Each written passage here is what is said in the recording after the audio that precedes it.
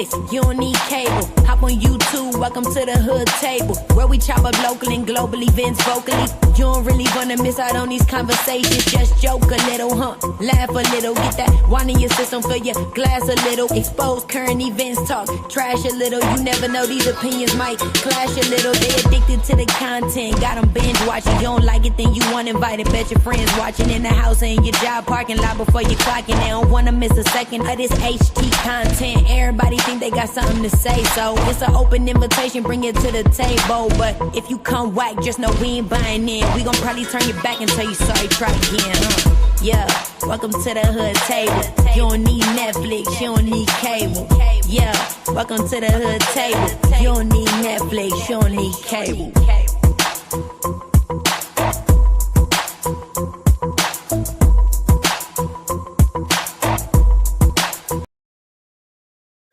Hey everyone, welcome back to the Hood Table one more again. Please make your way on in and make sure you tap that like button and hit the share button if you can. Also, if you happen to be new here, please make sure that you subscribe to the Hood Table and also hit the notification bell so you don't miss any of our lives or our uploads.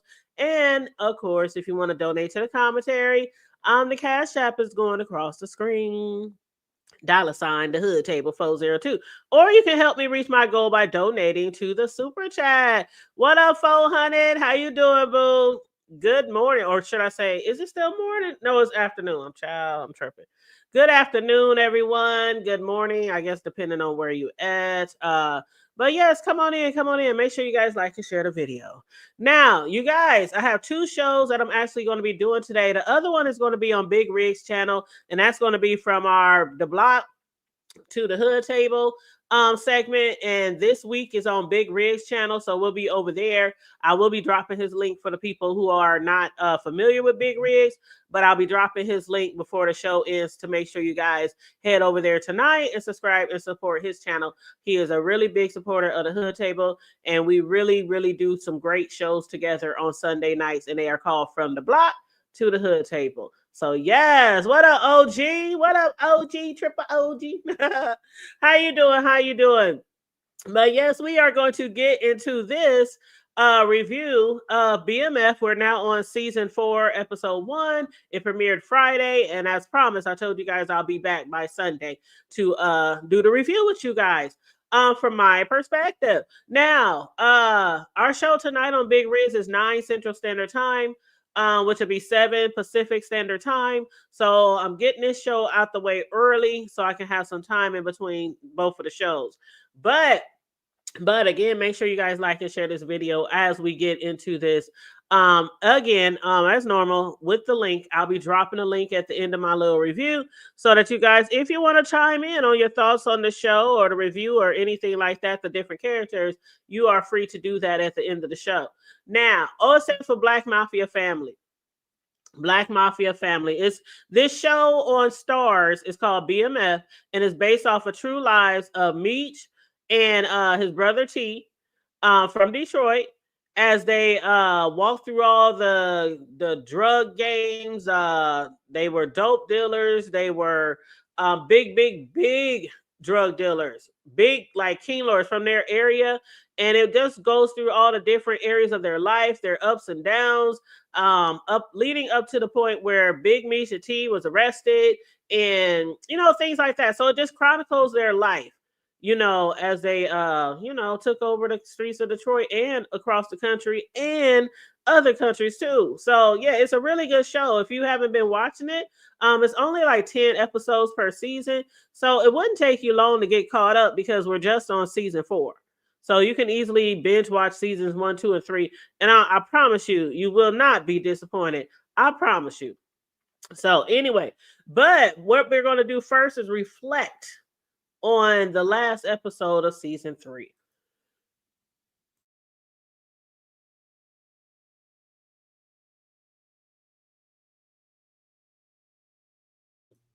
And let me get a sip before I get started. And by the way, my son's supposed to come by. It might be a second where I have to unlock my door to allow my oldest son in because their dryer broke. Excuse me. at their apartment, so they need to come over to use the dryer. But anyway, I told him just text me because I might be live, so he's going to come in, throw some clothes in the dryer. I don't know if he's going to sit around with me or not or leave.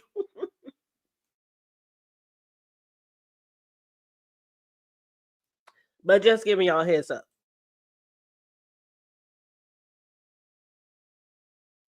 So let me pull up my notes.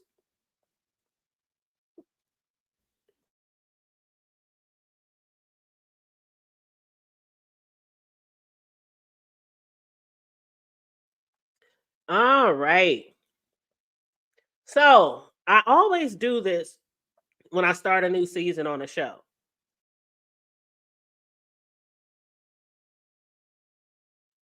I always do this when I start a new season on the show because it be like a whole damn year, usually since we saw the last season. And some people be like, damn, I forgot what the hell happened or how it ended or anything. So I always go through just a little brief explanation of the last season, just the last episode, really. But yeah, they said this is going to be the last season. And I would think that it would be fitting because of where they are in the show. Like, the status of where the guys are, just entering Mexico and all that kind of shit. So it really isn't too much more that I think that they could show leading up to the time that, they were arrested. So. But okay, so for the people to get you guys, some of you guys caught up, last season, I think it was it season 10? Hold on, I think it was, hold on one second.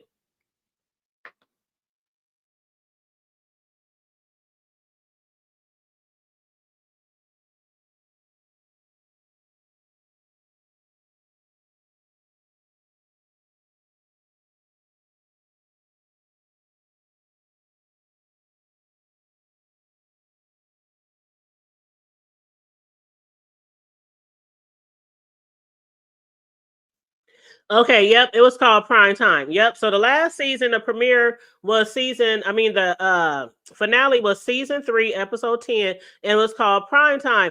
And the reason why they called it Prime Time was because Mr. Prime Time himself, well, actually his son who portrayed him, Shiloh, portrayed Mr. Primetime, Deion Sanders, in that last episode. And at the beginning of that episode of episode 10 of season 3, we have seen Remy, he was playing around. He was out there in the impound lot, and he was basically offering a attendant a lot of cash to be able to steal Meech's van, which had dope in it. And the product, as we know, it was pure weight, and it was worth everything that Meech and T had. Now, at that time, I was like, I'm sure that Meech and T had, the same thing in mind to pay off the attendant, except for the fact that Remy had beat them to it. And now they also knew then who had gave the anonymous tip to the Red Dogs. The brothers were in need of just one of the Atlanta hustlers to fight, and they came up with Sharp. Now, Claude, before he had been killed by Remy, had already planted a bug in Sharp's ear. And with that knowledge, Duffy felt like since Sharp, was a businessman, he'll definitely want to get down with Meech, especially after finding out that BMF has a better product. It could now get past the Red Dogs. And per Kia, Kia, the homegirl, I thought something was a little off about her, but anywho, per Kia, they might have a chance with Sharp if they can run into him at JR Crickets. Now, remember, Detective Jen had paid a visit to Kobe's father and Councilman Amberson, and she finally decided that it was time to inform Comey's father that she needs his support in arresting those responsible for his daughter's death. Later, Jen, as we can recall, stopped by Henry's home, and Jen told Henry while she was there that whoever killed her cousin had to pay. Henry's ass done chopped off all her hair. Y'all remember that? I couldn't believe that scene. She had chopped off all her hair, and I thought that shit was a sew-in or something like that. But yeah, she chopped off all her hair. And Henry, she had plans of taking down T once and for all. And of course, Jen, who she was sleeping with, who was also trying to set her up, already knew of Henry's plans. But before they could continue the conversation, Blade, Henry's father, called to relay Henry who Jen was. Man, was she pissed. When Henry found out who Jen really was, which was an undercover, in a disgusted tone of voice before hanging up on in his face, Blade told his daughter, "The cop you killed was your girlfriend's partner. Councilman Amberson had a meeting with Detective Jen, and she told him she's building a case against her." But see, at that time, Jen didn't really know that Councilman Amberson had anything to do with Blade. So Blade was like, our entire organization is at risk because of your poor judgment. Not just a poor judgment, but another one.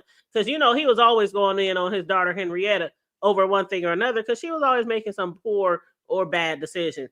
And next thing you know, Henry had her hands wrapped around Jen's throat, literally trying to kill her. But thanks to the wire placed inside of Henry's cane, detectives rushed in, tag teamed that crazy bitch. And fortunately for Henry, this time she was able to escape with a bullet in her leg nonetheless. Do y'all think we're going to see from Henry again this season? She is definitely a gangster. Definitely a gangster. But y'all let me know if y'all think we're going to see much of Henry this season. But after the brothers had left the impound to figure out their next moves, T received a call saying that Hoop had just got lit up. And according to the streets, as T probably had already figured, Henry was behind the shooting. T could no longer keep from Meech what war he had been fighting in his absence, and Meech didn't know much. But after hearing that Hoop was shot because T convinced her connects to cut her off, Meech gave direct orders. "You got to put that bitch down, T. Put that bitch down." Meech ordered from his little brother. Not only was Henry going down, but Meech also promised Angel that he was going, remember Angel, the girl he was messing with? Promised Angel that he was going to make Remy his bitch. First thing first, though, T requested from the Connects to convince Henry to start buying product from them again. And if they didn't, T would make sure that he himself would cut their supply off. What Henry didn't know was that T was going to be meeting up with her instead of the Chaldeans. Now, I don't know what all T had planned for Henry, but his plans were a little too late. After shooting her father during an argument, Jen and Bryant rushed in to arrest her. Henry couldn't even get situated in jail long enough before she was shanked and bleeding all over the dirty cell floors. So I guess that answers your question, y'all. No more Henrietta unless a miracle happened. Unless a miracle happened. But as far as we know, she's good as dead. Good as dead, okay? Now, will her father want any revenge, though? I'm not sure. Especially when he seemed like he hated her in the first place. So I don't know. But during the evening when they was like parking lot pimping at JR Crickets, Meech was approached by Sharp. Now we all remember that scene. According to Sharp, he was thinking about getting down with them until he found out that Remy stole their vans. Sharp was evidently unaware that the product was in a safe in each vehicle that nobody could get to. Remember, they had somebody hook up their vehicles with the safe so that it was a foolproof safe so that nobody could get to weapons or drugs. So knowing how much money he could make with Meech, with his lock on the ATL and a pipeline in Alabama, Sharp led Meech to his vans. And with Meech now in possession of his product, they still have to figure out how to handle Remy. Meech set up to meet with Sharp and other dealers to discuss business, which included them making a buttload of money if they got down with him. And who walked in on the meeting he wasn't invited to? Remy. Of course, Remy was always walking into shit that he wasn't invited to. Remy still thinking that he had some sort of power. Do y'all remember that scene when he walked up in there and all his people was like, nah, nigga, we ain't with that shit anymore. Man, he couldn't pull out his gun on me quick enough. But before his entire crew, they had their guns all pointed at his heads. And angrily, Remy stormed out screaming, "Y'all ain't seen the last of me." And Remy was right. He didn't see them again. But they indeed saw him sitting at them lights where they blew his brains out. So, now, what was in it for the brothers? They had a half a ton of dope in 5 states. So much product that, T was content. Not Meech, though. Is Meech ever content, y'all? Meech is never content. It don't matter how much money, how much cars, how much jewelry, how much dope. Meech was determined to take over the entire nation. He wanted to have a half a ton flowing in each and every state, not across 5 states, but in each and every state. But how are they going to do that? Because we saw that Loco had been arrested in Mexico, right? And being that Meech is the only person that Loco trusts, the brothers had to take a trip to Mexico. And T obviously wasn't happy to hear about that. Y'all know T was pissed off. Even if Duffy was able to hold it down for them while they were gone, and Swirl oversaw his organization while Hoop recovered. Again, T doesn't want he didn't want nothing to do with it. He also doesn't understand why Meech, what did he call him, y'all? Why do Meech always gotta be a Captain Save a bro? Not Captain Save a hoe, but Captain Save a bro. The way Meech sees it, Loco has always been down with him 1000%. So he felt like he owed his loyalty, he owed his life to him, which he could have lost in Mexico. But otherwise, Meech knew that the brothers, if they didn't do this, then everything they worked for went down the drain. Now, remember, also, Charles and Lucille, as it seemed, they were, soon to be divorced with the promise of remaining friends. Lucille had let it be known to Charles that she believes that she is truly in love with the good old Dr. Maurice, but did not tell y'all that I thought the doctor was too good to be true. And as a matter of fact, what I exactly said was when they had dinner behind him that day, once inside their room, Lucille and Maurice, as I call him Mo, they begin to claw and tear each other clothes off, only for Lucille to apologetically dismiss herself so that she wouldn't end up breaking her wedding vows. Because at that time, they were still married, right? They were still married. So she hurried up and ran out of there because she didn't want to break her wedding vows. She said, I love you. I always have. He said, I will always wait for you no matter how long it takes. That's what Mo told her. Now, I don't know how much longer Maurice could hold off. It all sounded good, though. Still, yet, I couldn't help but, feel like there was something up with that Maurice.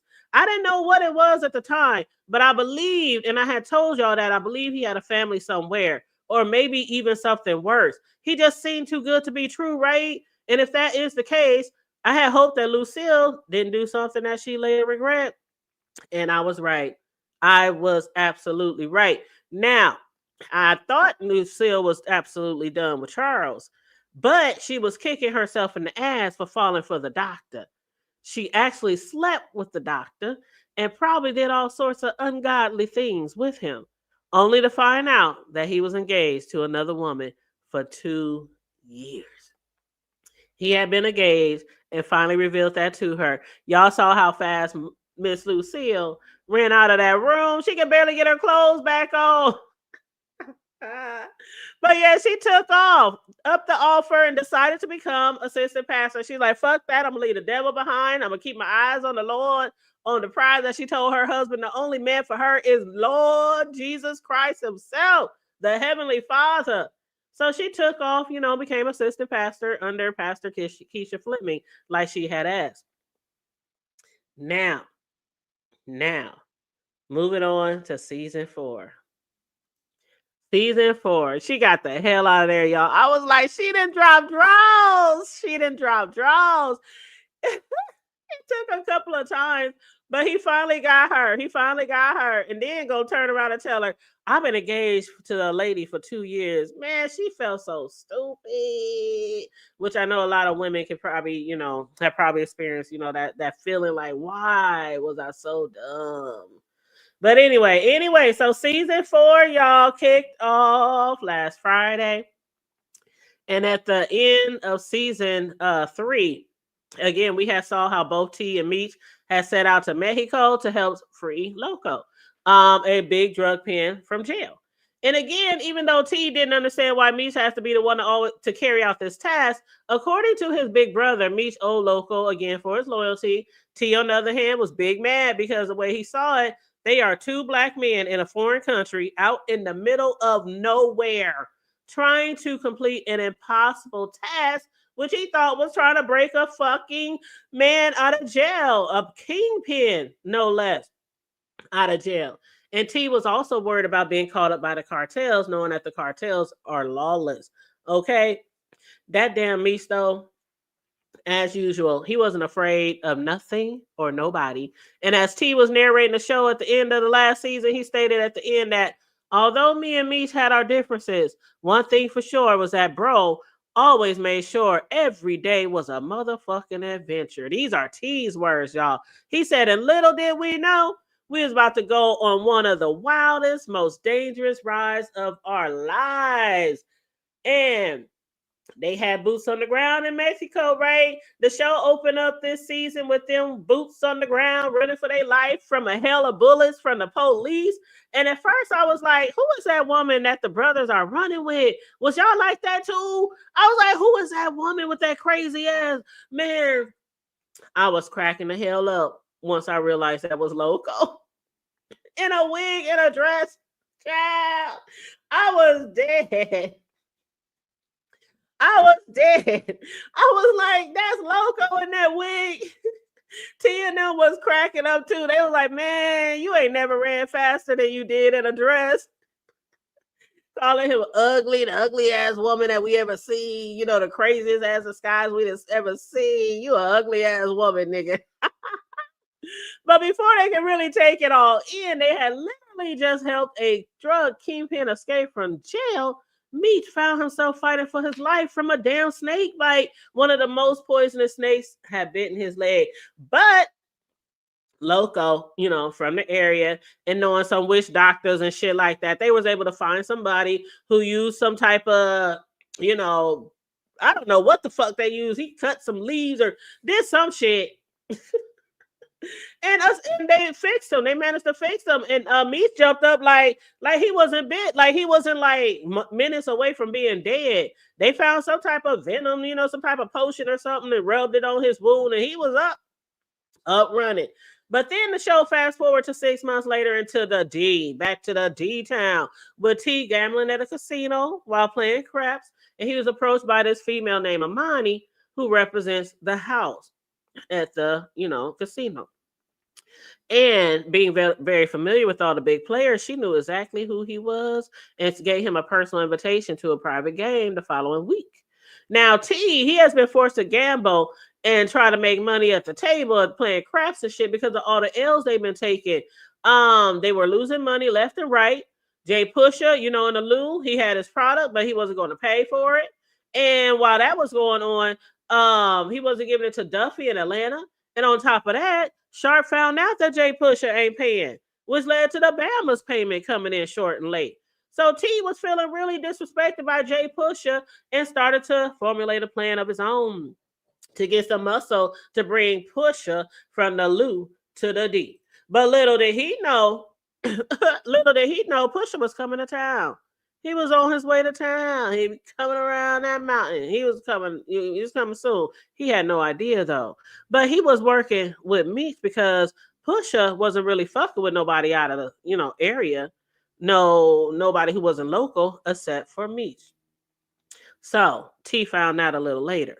But while he was stewing over that shit, Lamar, child, I'm so sick of this ugly ass nigga, y'all. I'm so sick of Lamar. What's up, Kimberly Black? I know I'm not the only one that's so sick of that damn Lamar. This motherfucker was in rehab. He been in rehab for 90 days and 90 nights, okay? And he was up there singing at the piano, playing a song at rehab. It was his graduation day. You know the name of the show was called Graduation Day, but it wasn't only for their sister Nicole. It was also for him as well, graduating from 90 days of rehab. Now, I was really gagged when I saw him playing at the piano and, you know, up there singing We Shall Overcome.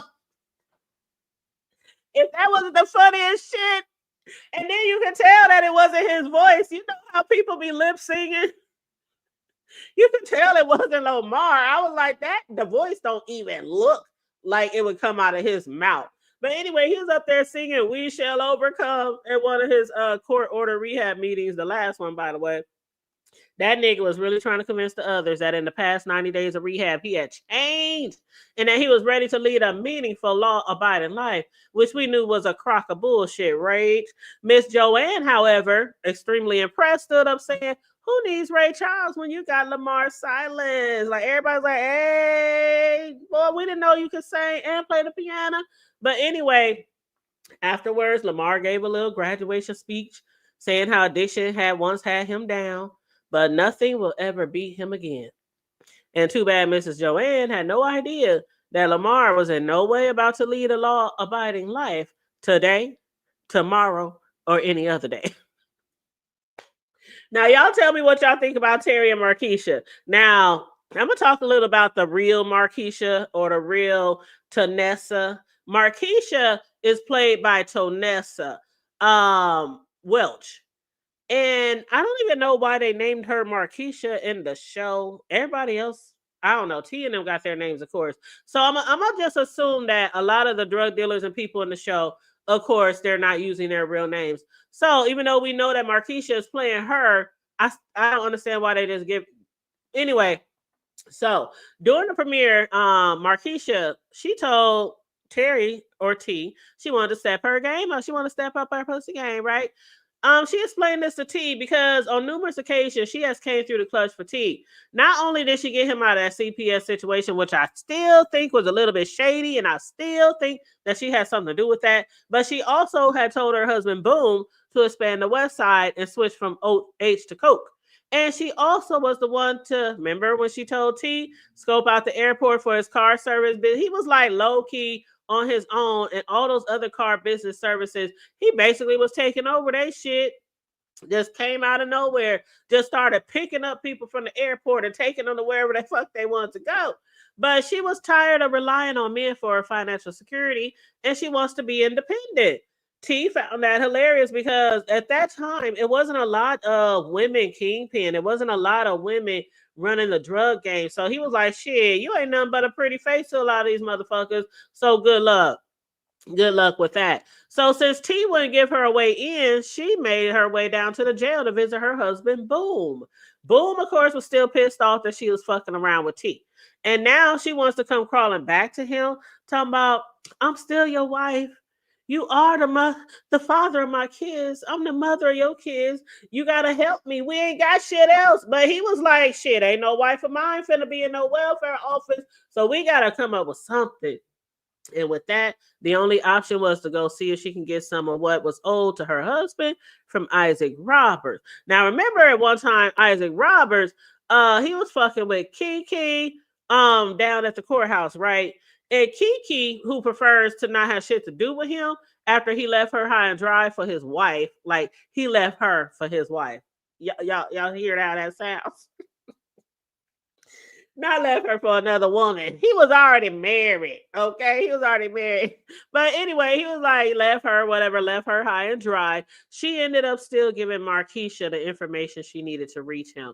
Now, the real Markeisha, again, aka Tanessa Wells, she so far hasn't been too pleased about the portrayal of her character in BMF. And I brought this up to say, now that Markeisha is about to make her mark into the drug world, like really into the drug world, I'm hoping that the real Markeisha Tonessa Welch will be happier with where 50-year of them is taking this role. Because before she wasn't too pleased, she wasn't impressed. As a matter of fact, hold on, let me show y'all what she has said. You said ding dong, Lamar is gone. I wish.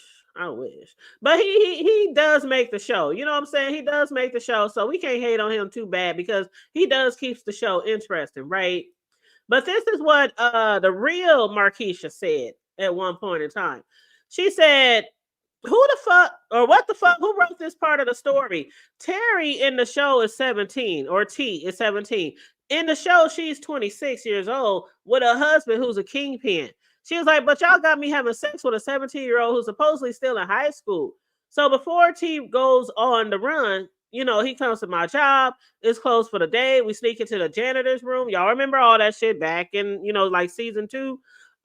We sneak in the janitor's room and have sex. And I guess he's too young to have an apartment. He's still in high school or living with his parents. She said, I guess they had Markeisha looking like a whole pedophile. That's what she had to say. So yeah, she was horrified about her character's actions on the show. She didn't understand because she said she wasn't 26. She said that he wasn't 17. She said when she started dating or messing around with T, They didn't start their romantic relationship until he was 25 years old. That's what she was saying. Now, is that in fact true? I don't know. Could she just have be saying this because she don't want to look like a pedo? I don't know. Or could he have in fact been really 25 years old? I don't know. But anyway, that's what she had to say. And again, I brought this up because I'm hoping that with Markeisha getting more into the drug world this season, that maybe, whatever they plan to do with her role, that the real Markeisha will be more satisfied with what they're about to portray or how they're about to portray her. But y'all can let me know how y'all feel about that. But anyway, back to Miss Lucille and Marjorie, the church lady. Now, Marjorie has stopped by to pay Lucille a visit without any notice.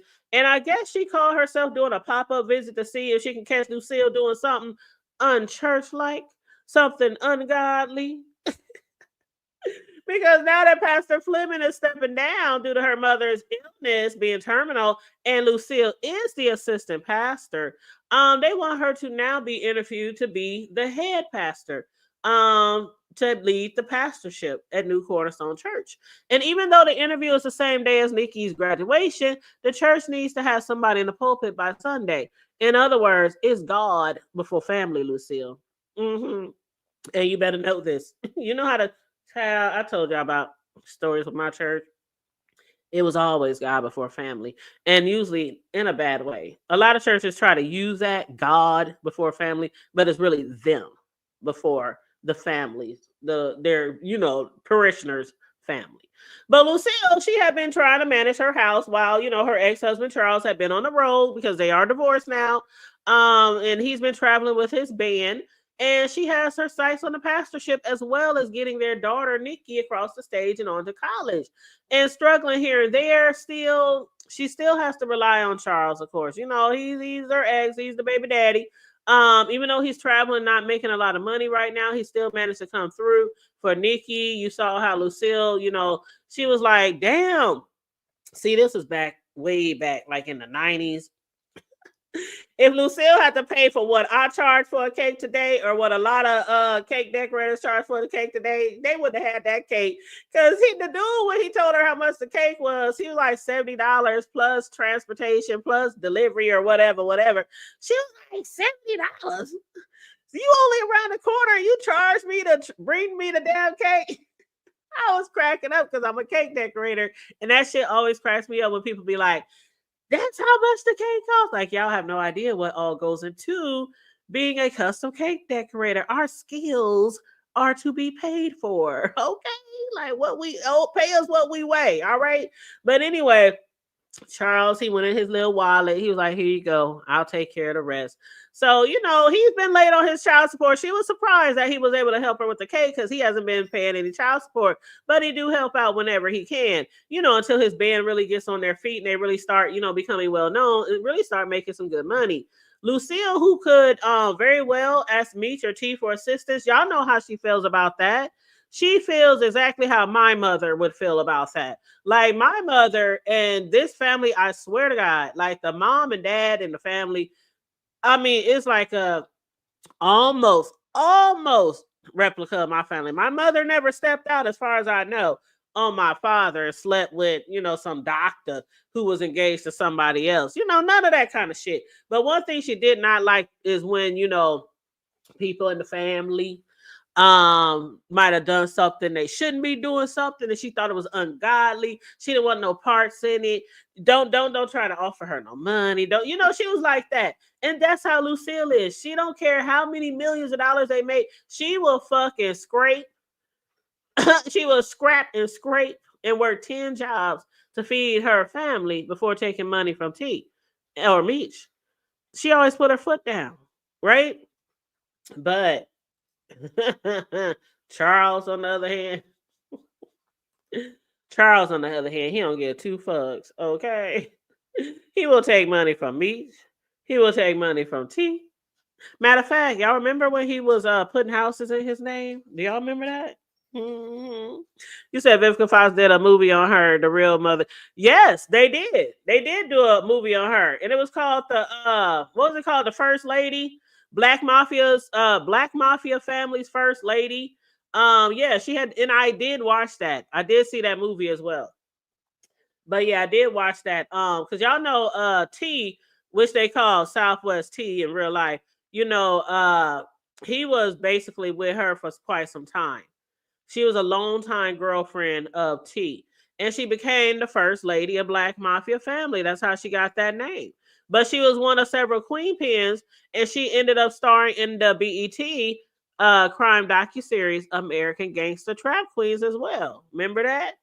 But yeah, so a lot of people know who she was, and if they didn't, they saw her being portrayed on her own show, on her own movie. So I really enjoyed that. I thought that was pretty interesting. You know what I mean? So again, though, with the way she has been portrayed in the past on this show, she wasn't too happy with. So I guess the main thing was the age difference. You don't want to be like no pedo. You don't want people to think you was all thirsty for no little kid, for somebody's kid, even though he was 17. But still in the eyes of the law, 17 is still a kid in some states. But yeah, she did appear on her own documentary or docu series. But yeah, T, as far as T and Meech though, they never stopped spoiling their sister, even though their mom didn't want to accept any of their drug money. And y'all saw that beautiful, expensive necklace they gave her, which I thought she deserved. Y'all know all the shit that Nikki been through with her family. Like a lot of times she felt like nobody saw her. She was unseen. Like nobody cared for her because the only people that her mom and dad really, really worried about or thought about most of the time was T and Meech because they were always scared for their lives or scared they was going to be locked up or scared they was going to get that phone call saying one of them dead, things like that. So I felt like she deserved that. And then remember the shit that happened when her friend got killed? Remember her good friend he had got killed in the alley or wherever they was outside? So she been through a lot of shit. She been through a lot of shit. So, the least they could do is spoil her. So she got that little expensive necklace. She's headed to Morris Brown. Her man is headed for Clark. They won't be too far from each other. Now Lucille might be set in her ways when it comes to religion, but Charles, again, who has always taken money from his sons and even put homes in his name for his sons, just wants them to be safe. And in asking about Meech, who's been gone for 6 months, T did assure him that, Meech was in Mexico on business, but is he safe? Charles asked. I hope so, was all T could say. That's all he could say was, I hope so. But while giving her going away speech at her graduation party before she could finish, who walked in? None other than the big homie, her big bro, Meech. And to say Lucille was excited to see her son along with everyone else was an understatement, except for T. T, of course, he was looking like, I know this motherfucker didn't just walk through these doors at our sister's graduation party. Why? Because I guess he felt like he would have known if he was coming. Like, we brothers, we boys, we in business together. You couldn't give me the heads up that you about to, but Meech, he always got to do the big one. He came in there surprised, took all the shine off of his little sister. All the shine went on to him. And not only that, who else showed up? B to the motherfucking Mickey. Now that surprised me. I was not expecting to see B Mickey pull up on the fam as well. Talk about awkward. Everybody was looking at him like, why are you here, nigga? We ain't got shit to do with you. That was the last person. Well, maybe not the last, but that was one of the last persons that they would expect to see at the party. But, it is what it is. He came and dropped off a little gift.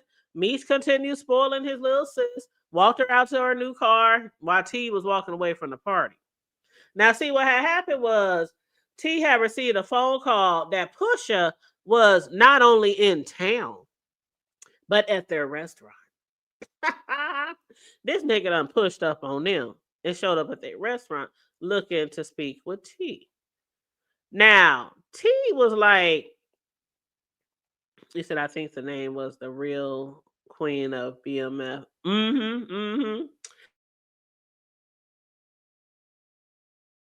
Yep, it was one of the black mafia's family first lady.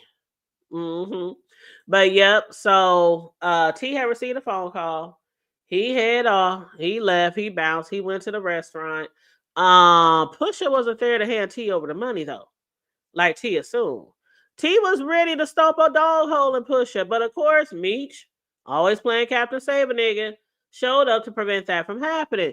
Now, Meech claimed that Pusha only came into town to pay Meech so that the brothers can expand their business, and that only infuriated T even more. Why? Because T is sick of Meech always making plans without him or excluding him from the details of his moves.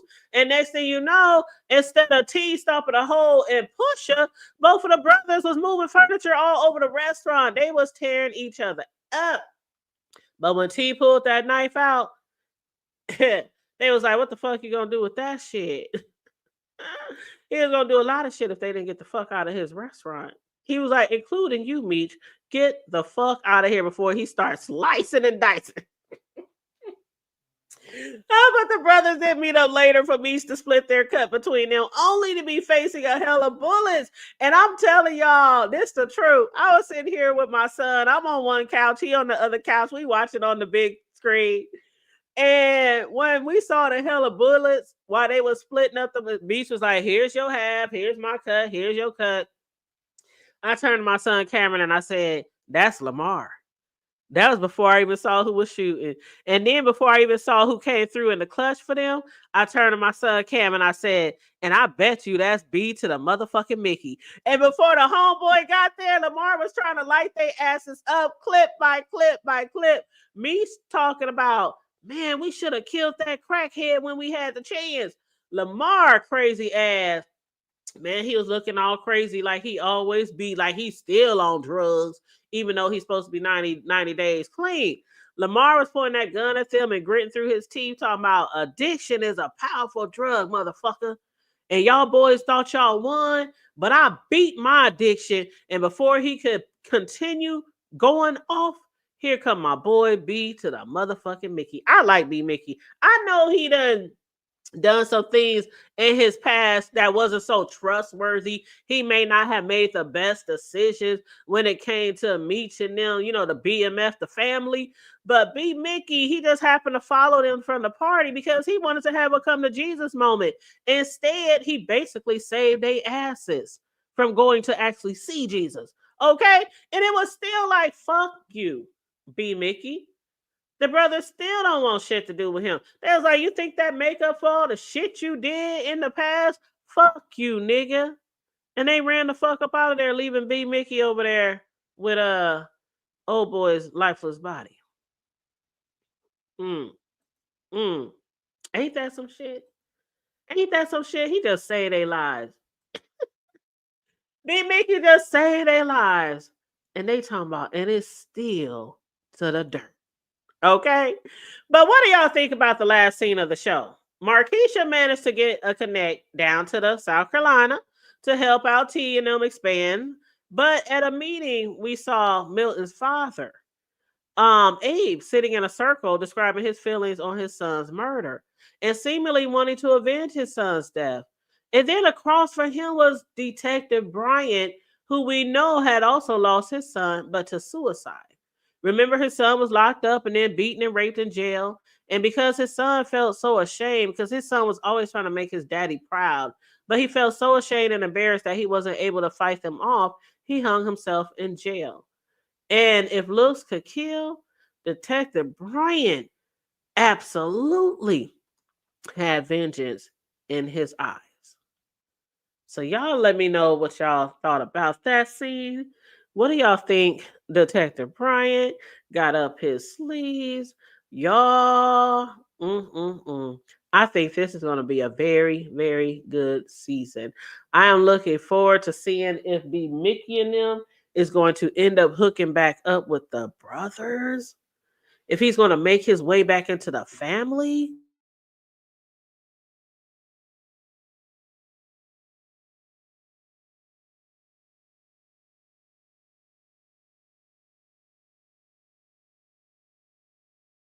One second, y'all.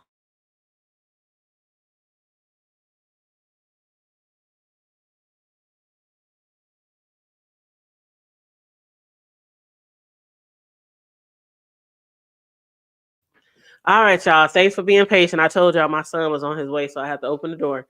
But anyway, so y'all let me know what y'all think, what y'all looking forward to happening in this show. Again, I'm looking forward to seeing Markeisha progress into drug trade and become the first lady, the real like drug mafia queen pin that she has set out to be. I'm also looking forward to seeing if B Mickey is going to join the family again, if they are going to end up forgiving him.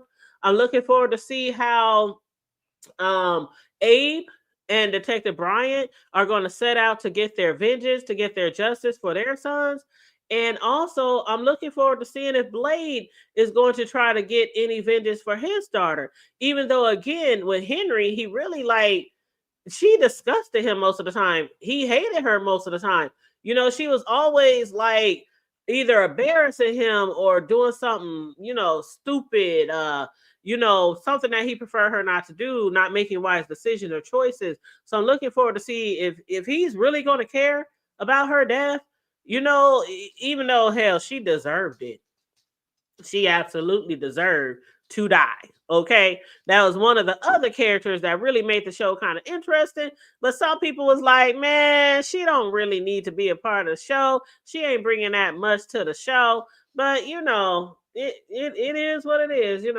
But anyway, y'all let me know how y'all feel about those particular characters or storylines, and also as far as their daughter, Nikki, her relationship with her boo, who's going to be going to Clark. She's going to be at Morris Brown. They're not going to be too far from each other. Let me know how y'all feel about that.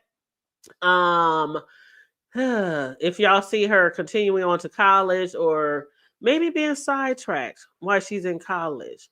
She's away from her family finally. She's always been like, I can't wait till I get out of this house. I can't wait till I go to college. You guys are crazy. She doesn't really like to be a part of this crime world, even though she don't have no parts in it, but her brothers do, and shit always seems to come back to their doorstep whenever shit happens, or their parents or them is really worried about their brothers. I mean, their sons or her brothers. So y'all let me know what y'all feel about that. If y'all want, I can drop the link if anybody wants to jump up here and chit chat. On a link. I can give you a few minutes. I can drop the link and see if anybody wants to join me. Otherwise, I'm just going to end the show because I done gave my little old review. So I'm gonna end the show, and then tonight again I'll be live over on Big Rig's channel, and we'll be over there having a discussion at 9 p.m. Central Standard Time and 7 p.m. Pacific Standard Time. So let me go ahead and drop his link as well. I'm gonna drop the StreamYard for anybody who might want to join me up here for a few minutes. And then I'm also going to drop Big Rig's link. So just 1 second.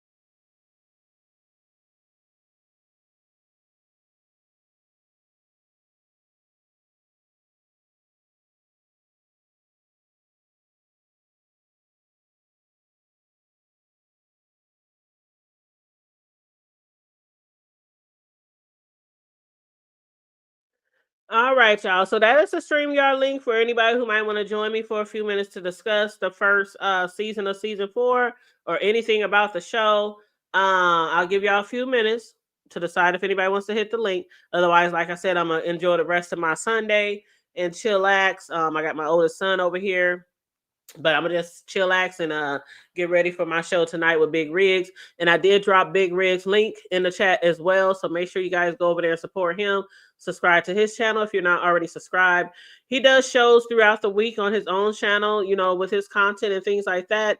Especially Wednesday is West Coast Wednesdays. He did go live last night, or was that Friday? Yeah, he went live on Friday. We haven't seen him go live in a minute, so you know, he was like, "Let me just pop out on my folks and shit, you know, on the fam, on the block." And he went live Friday night, which was a really good show. But on Sundays, we do a show called From the Block to the Hood Table, and we just flip flop every week. My channel, then his channel, then my channel, back to his channel. You know, we've been doing that. So tonight is his channel, so we'll be over there. You said, do you think all that 50 mess was promo for the show? Oh, you mean the mess with Diddy, or what mess? Exactly. Hit the link, Noble, or are you at work?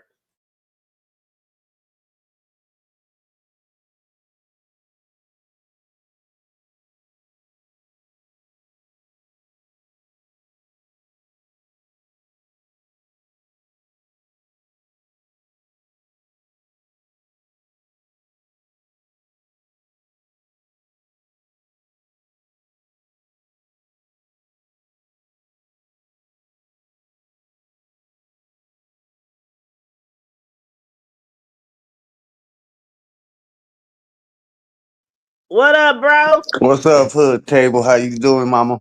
I am doing so good. How are you over there? I'm all right. Had a long night last night on the lemon panel. Oh, I went over there for a minute. I'll be so lost in the conversations going on over there. So I be peeking in and then I'll be peeking out. Yeah, I think it's best to just peek in, and pop in and pop out, because you stay there too long, you get caught up in all that shit over there. I know. But shout out to Lemon and his chat, child. But anyway, what's up? Now, what was you talking about in the chat? You talking about the 50 mess. Now, you know 50 be in some shit all the time. So I was trying to make sure I knew what you're talking about. With him with Lil Meech and Big Meech and all the snitch allegations, and him with Rick Ross and all that, do you think that was like really promo for the show, or do you Well, think that? now that I think about it, because remember we did talk about that before, and people were like, "Oh, the show isn't going." I said, "Well, but we got a whole nother season, and if there was really some big beef, I would think that his son would have backed out the show." I don't know. I don't know. It could have Yeah, just been, you know, promo, you know, and then Big Meech just came back from the joint. Um, I don't know. I don't know. What do you think? I think that is, I think it's a lot of promo, but yet I think it went overboard with the snitching allegations with Tammy, and then Cuffy came out. I think it wasn't intended for all that Cuffy stuff to come out, but I think it was really like promo to boost up the show and everything. I just think it got out of hand with the Yeah, trolling. And I yeah. happened to watch because I didn't even know it came out last night. So I watched it, and it was a pretty good show. I liked it. It was Mm. really good. It then be Mickey coming back, and he got a Yes. Yeah. baby, and How do you feel yeah, about no? How everything like? How do you feel about B Mickey come back? I was excited.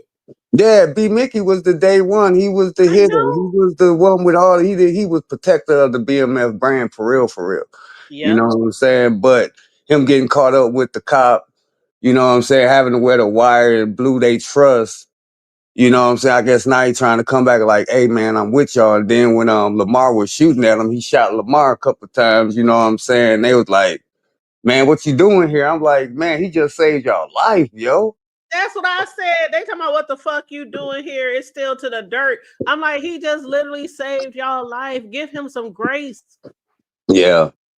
Ugh, That was like one of the best parts of the film, right? The show right there, when B Mickey came from out of nowhere and really yeah. actually saved their life, because Lamar, he was about that bull crap. He was about to man. He was about to light their asses up. And I don't know if he was here when I was telling the people in the chat. I said me and my youngest son Cam was watching the show together, and so when they were putting the money and splitting it in the trunk, and we saw the bullets fly, I said, I know that's Lamar. And then when we saw Lamar get shot, before they showed B Mickey, and I said, and I bet you that's B Mickey. I And I thought it was was gonna. so happy. I thought it was Sterl, a big man that shot, but when I saw it was B Mickey, I was like, "Oh no, B I Mickey, knew it what's was B up?" Mickey. I'm telling you, my son was sitting here looking at me like I said, and I bet you that's B Mickey. When B Mickey came around with that damn gun, I was jumping up and down like I told you, nigga, that was B Mickey. That's my nigga right Yeah, there. that's one of my favorites of the show. They had if they brought Lamar back, they had to bring back B Mickey. Mm-hmm. Mm-hmm. Yeah. But yeah, I just Absolutely. wanted to jump up here for a minute. I saw you was getting ready to end your show, and you asked me to come up, and I just wanted to get my opinion a little bit. That's all. Hopefully, I catch you Well, at the I'm glad you beginning. did. You know, I rock with you, Hood Table. You about the only one that I really genuinely rock with on this album. You know I fucks with you too. You my nigga. Oh yeah, no doubt. You have a good day, Hood Table. All right, you too. All right, peace and love. All right. See you later. All right, y'all. So I guess we're gonna wrap this up. I'm gonna get over here and find me something to put in my tummy because I literally didn't wake up to about I was up late last night watching. What was I watching? Oh, I know what I was watching. I was watching She the People on Netflix. Oh my gosh. Now y'all already know when I come across a good show, I gotta let y'all know. And I watched the whole season of She the People. At least I think it's the whole season. Maybe it might be a few more episodes. Let's put it this way. I watched all the episodes of season 1. So I don't know if it's some more episodes coming or not, or if that was the end of the season. But I watched She the People. And I was up all last night watching that shit. But that was good. I really, really, really like that show. But it's another sitcom and it's produced by Tyler Perry. And one thing I can definitely say, now y'all know I like Tyler Perry, and I have reviewed many of his TV shows, many of his movies. And we've always talked about, the script. The script sometimes be really corny, right? But this show, I'm telling y'all, I ain't even gonna hold y'all. I'm not even gonna lie to y'all. The Hood Table, I'm keeping the hood now. It's a really good show. The script is not only very funny and entertaining, but it has some serious moments too. But for the most part, it's kind of along the comedy line, but it's not the corny Tyler Perry bullshit uh uh drama TV sitcom soap opera type of it. I don't know if somebody else is writing the script, but this was a really good show, and I watched every episode of She the People. I binge watched it. That's why I was up late last night. So I didn't get up this morning till about, I'm gonna say maybe 10:30 or 11. I woke up and I was like, hold on, let me get ready for my review of BMF. And so I didn't put nothing in my stomach. I had some water, I had some juice. But I'm gonna go over here and get me something to eat, put something in my I didn't cook, so my boys, one of them, the youngest one is at work, the other one just stopped by. He's on his way to work. So ain't nobody here but me. And I'll probably put a sandwich and some chips in my mouth or my tummy or something. But anyway, you guys, I hope you have a wonderful, wonderful Sunday. I hope your week is blessed and prosperous as we get into the next work week for those of y'all who do have to punch in and out. But I hope you guys enjoyed the review, the little recap on the last season, and then the last season finale, and then the premiere of this season. So I hope you guys did enjoy the review and the commentary. Please make sure you like and share the video if you haven't done it already. Please make sure you also share if you can. Subscribe to the channel if you're not already subscribed, please and thank you. If you want to donate to the commentary, it's $, the Hood Table 402 on Cash App, or you can hit the super chat button. And on that note, in the meantime and between time, if you haven't already, subscribe to Big Rigs. I did put his link in the chat. Let me click on it. Where is it? Here it is. I did put his link in the chat. That's where we'll be tonight over on Big Rigs. We're going to be having some grown folk conversations over there, 9 p.m. Central, 7 p.m. Pacific. Okay. But wherever you are in the nation, again, I hope you guys have a wonderful day. I'm looking forward to seeing some of y'all over there tonight with us. Stay safe, be blessed, remain vigilant at all times, and always remember to keep it hood. I'm out. Bye.